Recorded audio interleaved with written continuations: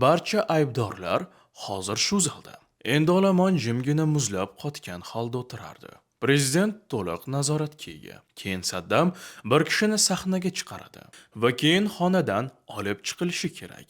Ular qayerga ketayotganlari yoki eshik narigi tomonda nima kutayotgani aytilmagan.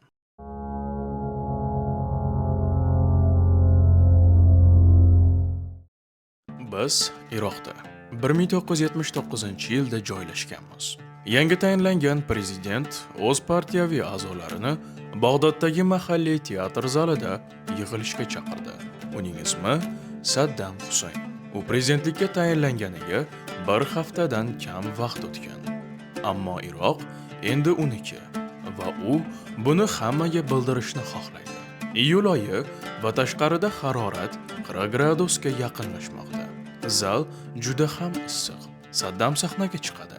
U shoshilmaydi. Bir nechta qog'ozlarni aralashtirib ko'radi. Eslatmalariga nazar tashlaydi. Yangi tayinlangan prezidentlari kelishidan sal oldin uning odamlaridan biri sahnaga chiqdi va olomon oldida dahshatli xabar berdi. Prezidentga va Iroqga qarshi dahshatli fitna fosh etildi, dedi u.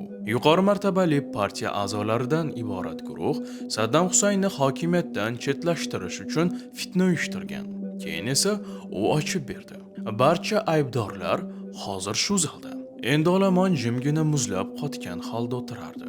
Prezident to'liq nazoratga ega. Keyin Saddam bir kishini sahnaga chiqaradi va uzun bo'yli, nozik, o'rta yoshli bir kishi yo'lak bo'ylab yura boshlaydi. Uning ismi Muhi Abdul Husayn. U inqilobiy qo'mondonlik kengashining a'zosi. U kuchli odam, ammo sal oldin Saddam bilan bo'lgan yig'ilishda unga qarshi chiqdi. Bu xato edi. U sahnaga ko'tarilib, mikrofon oldida turadi va keyin sekin-asta tan ola boshlaydi. Saddam Husaynni ag'darish niyatidagi jinoyatlariga tan oladi. Shu paytda Saddam mikrofonlar bilan to'la uzun stol yoniga o'tiradi va yo'g'on kubalik sigara tutashadi. Men yangi prezidentga qarshi fitnaning ortida turgan odamman, deydi u. Boshqalarni ham jalb qilishga uringan o'zim edim, deydi. Ammo bu yolg'on. U sahnada tan olayotgan hech narsa haqiqat emas. Aslida sodir bo'lgan narsa. U qattiq qiynoqqa solingan va agar u sahnaga chiqib, Saddamga qarshi fitna uyushtirganini aytmasa, qiynoqchilar uning xotini va qizini ko'z o'ngida o'ldirishlarini aytishgan. Uning boshqa tanlovi yo'q. Faqat bo'ysunish kerak. Va shuning uchun u oilasini qutqarish uchun shunday qiladi. Muhi o'zining va boshqa partiya a'zolarining Saddamning yangi rejasini ag'darishdagi ishtirokiga yolg'on gapiradi. U tugatganidan keyin Saddam yana so'zga chiqadi. U shoshilmaydi. U sigarasini tutashadi va keyin zalga qarab so'raydi. Bu xoinlarga nisbatan qanday choralar ko'rish kerak? Javobni bilarsiz, deydi u pauza qilgandan keyin. Qilishidan boshqa yo'l yo'q.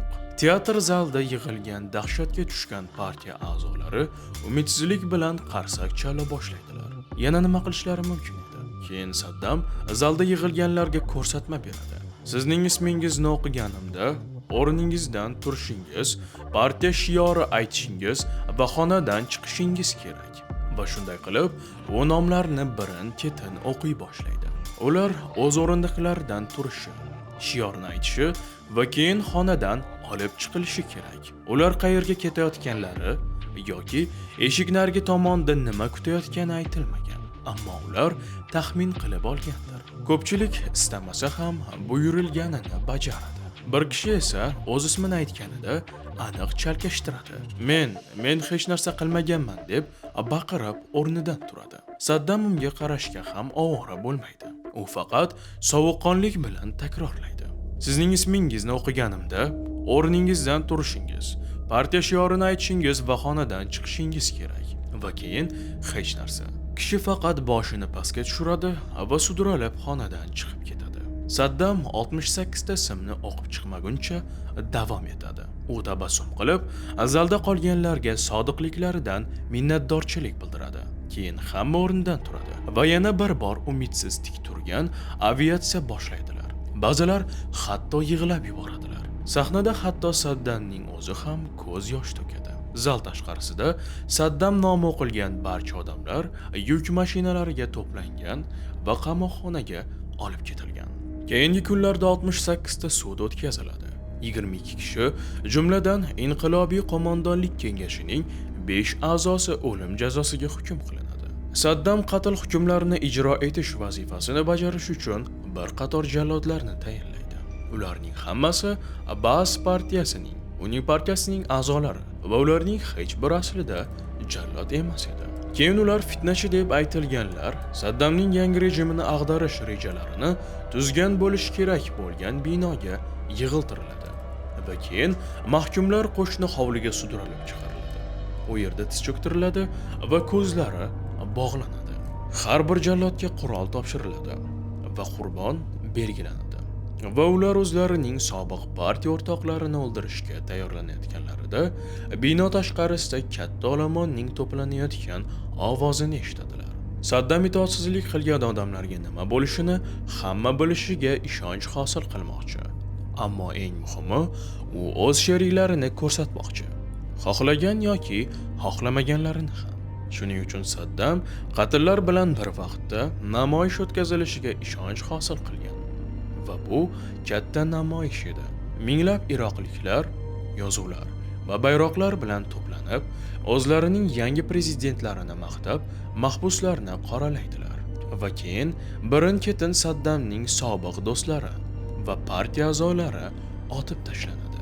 Ba'zi jallodlar shu qadar salbiy va qo'rqib ketganki, ular nishonni qo'yib yubora olishmaydi va qurbonlarni bir necha marta otishlari kerak bo'ladi. Bu dahshatli, ammo Saddam juda mamnun. U prezidentlik faoliyatining ajoyib boshlanishi deb o'ylaydi va shunday qilib, Iroqning yangi tayinlangan prezidentining birinchi rasmiy buyrug'i bajariladi. Keyingi buyruq nima bo'lishi mumkin?